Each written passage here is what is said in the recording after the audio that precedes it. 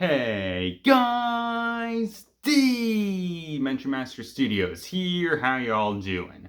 So in case you guys don't know, at the time of me making this video, today is the day that we have finally gotten the first half of the first season of the latest era of Ninjago, Dragons Rising.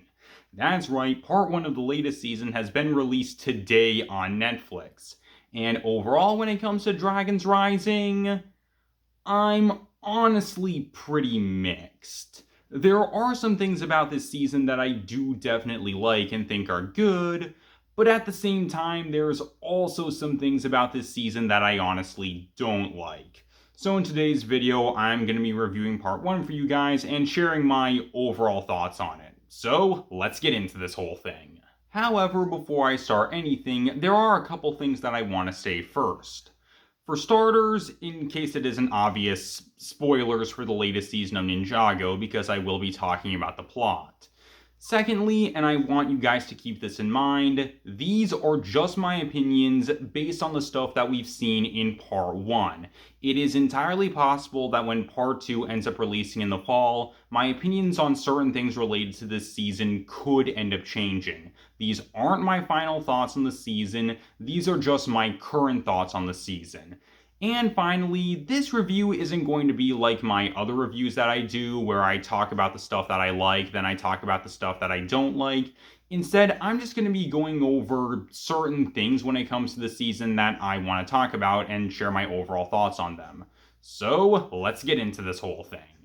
So for starters, let's talk about the ninja, and this season does something pretty interesting by effectively replacing most of the ninja. Lloyd is the only member of the original team who has any kind of large role during Dragons Rising. Meanwhile, Kai, Jay, Cole, Zane, and Nia are all effectively replaced by two brand new characters named Aaron and Sora. And honestly, I don't like this. Now, I want to make something very clear. My issue isn't that we have new characters who have become the new main characters of the show.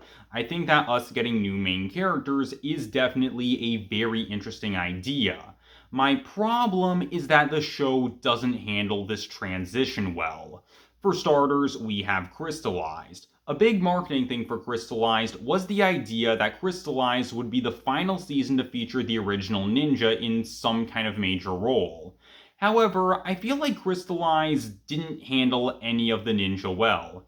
The original 4 ninja barely got anything during Crystallized, except for Zane, who had his emotion storyline during part 1, and that was basically it. And when it came to Lloyd and Nia, Crystallized went back on a ton of their character development that they've gone through over the years. So as a result of that, by the end of the season, it felt like none of the ninja had any real satisfying conclusions at all. And in my opinion, that feels pretty strange with us going from a season that didn't handle any of the ninja well to us going to a season where most of the ninja are replaced except for Lloyd. Again, I honestly didn't think that was handled that well. And another big issue that I have when it comes to Aaron and Sora becoming the new main characters is that, honestly, I'm not really a big fan of either Aaron or Sora.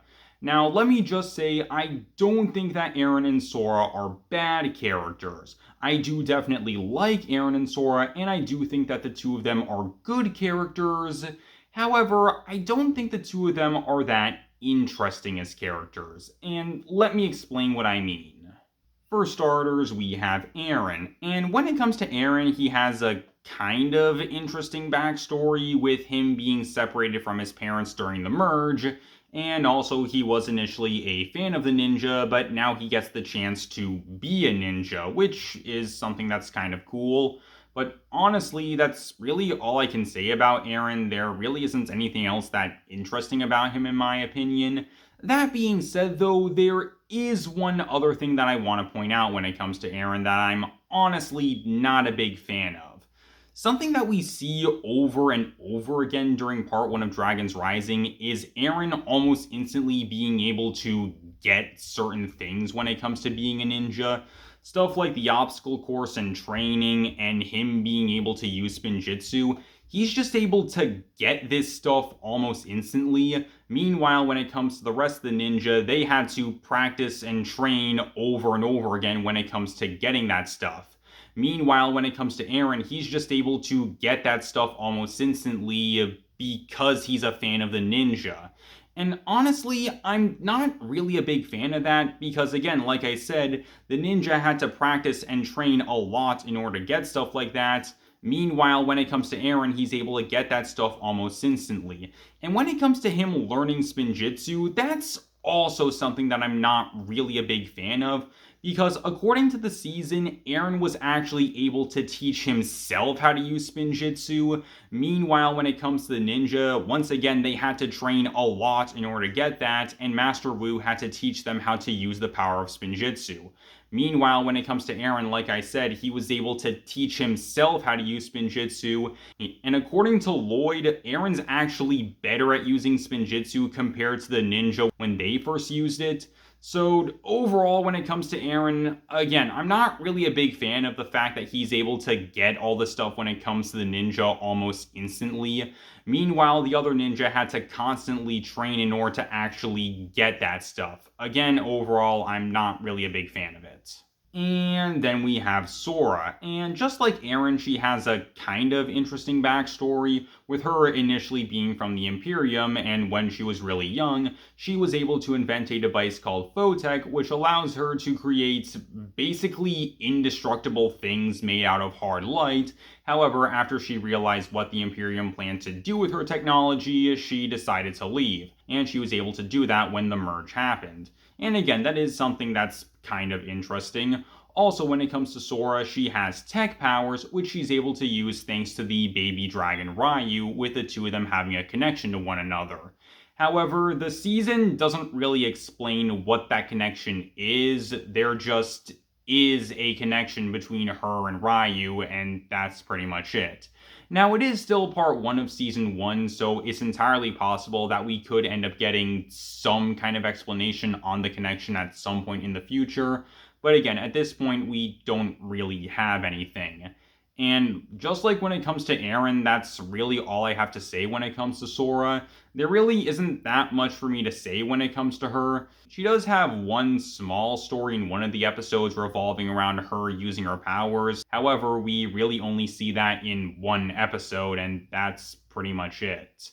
And overall, when it comes to Eren and Sora, like I said, I don't think the two of them are that interesting as characters. I don't think that the two of them are bad characters by any means, and I definitely think that the two of them are likable characters. However, like I said, I don't think that Eren and Sora are that great as characters. However, like I said earlier, it is still just part 1 of Season 1, so it's entirely possible that during part 2, my opinion on these two could end up changing, and we'll just have to wait and see what happens. Moving on, let's talk about the original ninja. And for most of the ninja, they really don't get that much during the season. Jay and Cole are only in the first couple episodes, and even then, they don't really have any large role. In fact, the two of them don't say anything at all, in fact. When it comes to Zane, he also appears during the first couple episodes, and once again, he doesn't say anything. However, Zane does make an appearance during the final few episodes of part 1, which was something nice, but once again, there isn't that much for me to say.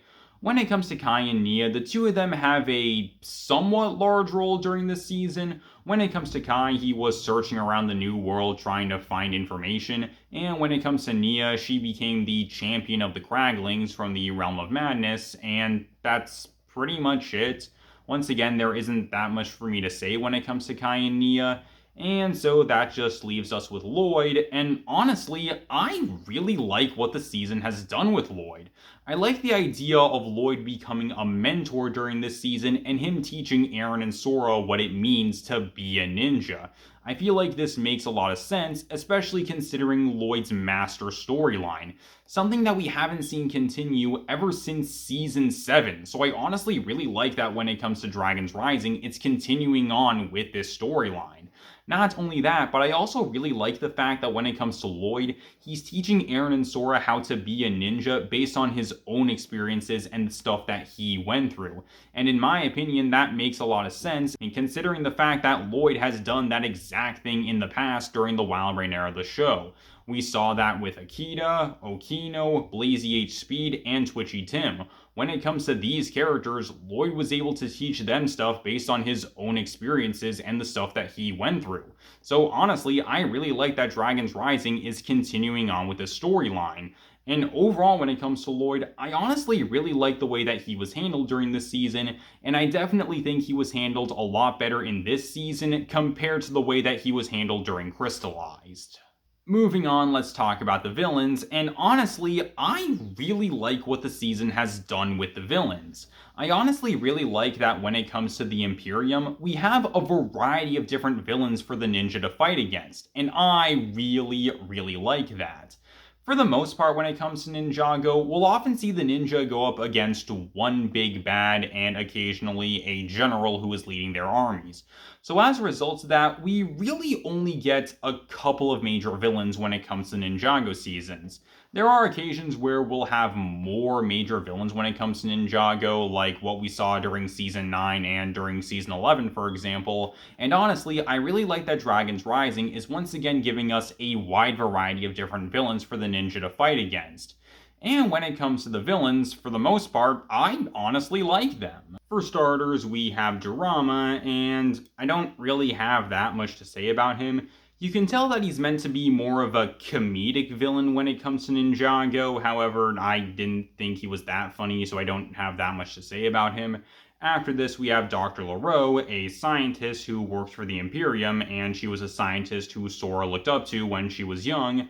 However, once again, there's not much for me to say about her. There is one pretty interesting interaction that Dr. LaRoe and Sora have when the two of them meet again during the season, where Dr. LaRoe does the classic, "We are not so different, you and I," when talking to Sora, pointing out the fact that the two of them both use dragons for power. After this, we have Empress Beatrix, the overall antagonist for Dragon's Rising, and once again, there's not much for me to say about her, but that's mainly because we haven't seen that much of her during the season.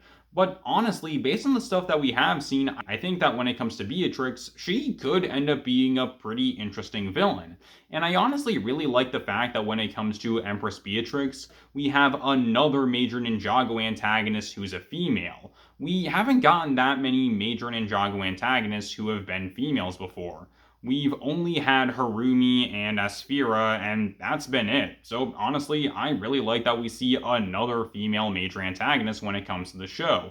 After this, we have Raptin, and just like Dorama, he's also meant to be a comedic villain. However, I think that when it comes to Raptin, he is a genuinely funny character. He has a lot of pretty funny moments during the season, especially considering the fact that there's this running gag during the season where Raptin will say something, and an Imperium soldier will point out something else to him. Honestly, I thought that was pretty funny. Plus, when it comes to Raptin in general, he has some pretty funny moments. Like at one point towards the end of part 1, where he was worried that once the ninja broke into the Imperium Palace, they would end up destroying his collection of unicorn figurines. Again, that was pretty funny.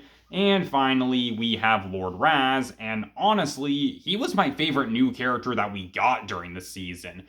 When it comes to Lord Raz, he's this really intimidating villain, and he makes a really big entrance when he fights against Eren, Sora, and Ryu, and he's able to take them all out on his own. That scene was honestly really cool. Plus, at the same time, there's something that's pretty interesting about Raz. He's not actually from the Imperium, which I think is definitely something pretty interesting. Also, he has this plan that involves Ryu, however, we don't really get an explanation on what this plan is. And I'd imagine that part 2 will feature this plan in some way, shape, or form.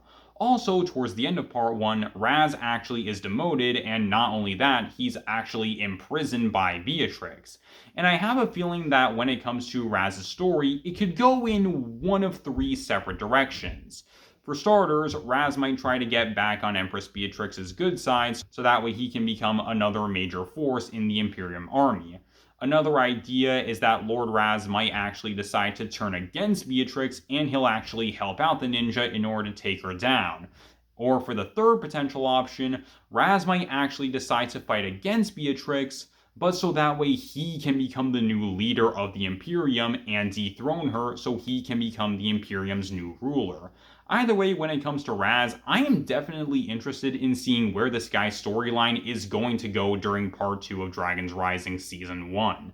And again, overall, when it comes to the villains that we've gotten so far during the season, honestly, I like them. And finally, there's two other characters who we were introduced to during this season that I want to talk about. For starters, we have Wildfire, another character who I honestly really like when it comes to this season. When it comes to her backstory, she's basically the Ninjago equivalent of Superman, with her being in a spaceship that crashed down when she was a baby. And not only that, when it comes to Wildfire, she was taken in and raised by dragons for her whole life. Not only that, but she also has access to fire powers, which is definitely really interesting. And after Kai finds out about this, the two of them have some pretty funny interactions. And overall, when it comes to Wildfire, I honestly like her. I think based on the stuff that we have seen, she could be a pretty interesting character, and just like when it comes to Raz, I'm interested in seeing what the season is going to do with her in part 2. And the other character who I want to talk about is a character by the name of Euphrasia, a writer from the Cloud Kingdom who is apparently the next elemental master of wind. Which is a big deal because we haven't seen the power of wind be used in the show since 2015 during the events of Possession when Moro used his powers. And when it comes to the season, something that I was really happy about was the fact that this season actually referenced Moro, with Lloyd telling Euphrasia that he knew the previous Master of Wind and he already likes her more. And I'm honestly really glad that when it comes to the season, it referenced Moro, because I was hoping that Seabound would do the exact same thing when it brought up the power of wind. However, that never happened, so again, I am really happy that Moro was referenced, especially since he's my favorite villain in the show. That being said, though, this does lead into a pretty big question. How exactly did Euphrasia become the new Elemental Master of Wind? The only real explanation that we get is that she was able to unlock these powers after the merge. However, that leads into another question. Did Euphrasia always have these powers before the merge, or did she gain these powers after the merge?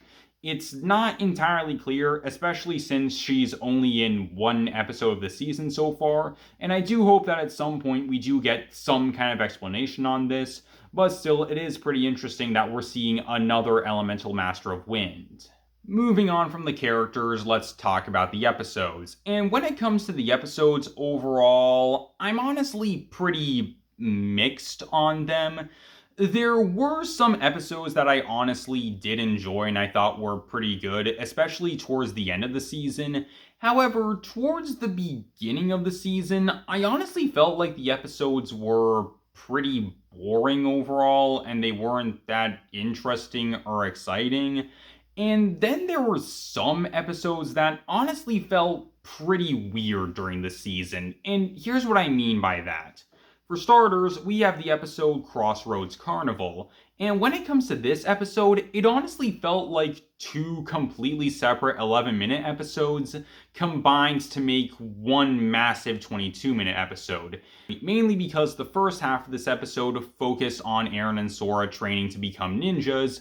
Meanwhile, the second half of the episode focused on Eren and Sora being at the Crossroads Carnival and eventually them taking on Dorama.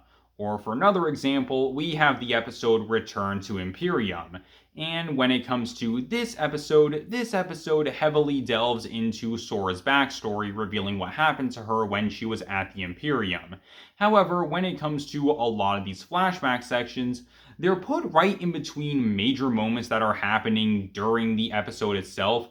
So the episode will be focusing on Sora's backstory, but then it will cut to something going on during the episode, and then it will cut right back to Sora's backstory. And as a result of that, the pacing of the episode didn't feel that great overall. And when it comes to the episodes overall, like I said, I honestly feel pretty mixed about them. Like I said, I feel like the episodes that we got towards the end of part 1 were pretty good. Meanwhile, when it came to some of the starting episodes that we got, I felt like they were honestly pretty boring. Moving on, I want to talk about the concept for the season.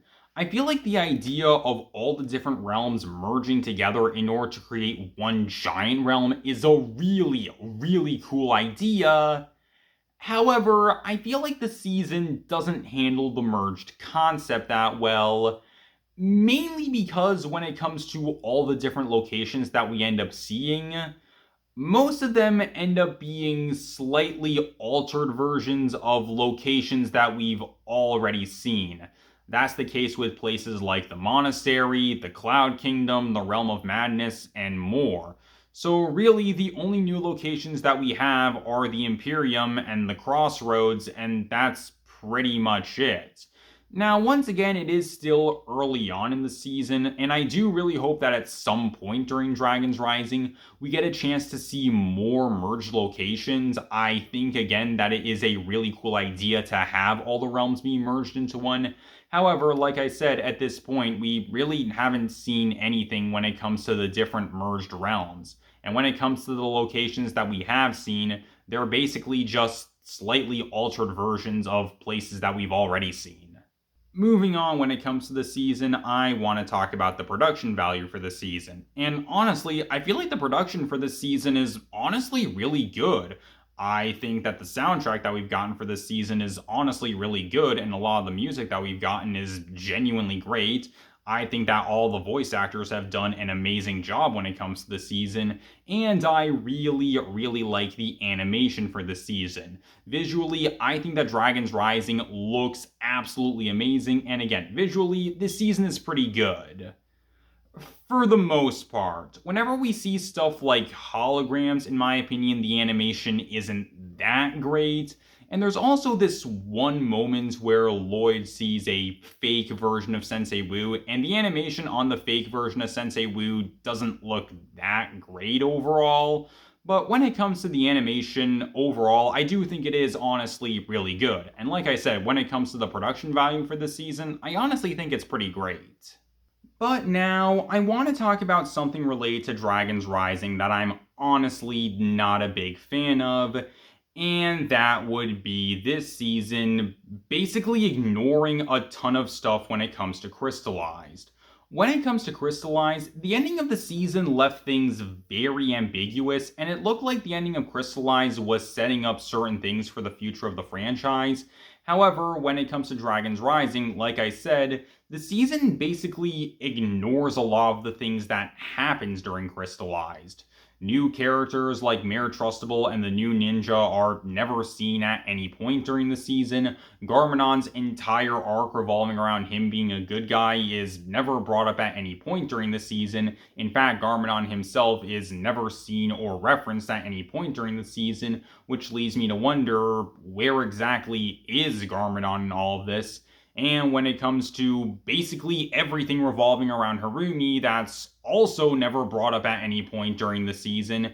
And just like Garmadon, Harumi is also never seen or referenced at any point during the season. In fact, when it comes to Dragon's Rising, the only thing from Crystallized that's really brought up or continued in any way is Nia being a human again, and that's pretty much it. And to me, that feels pretty strange.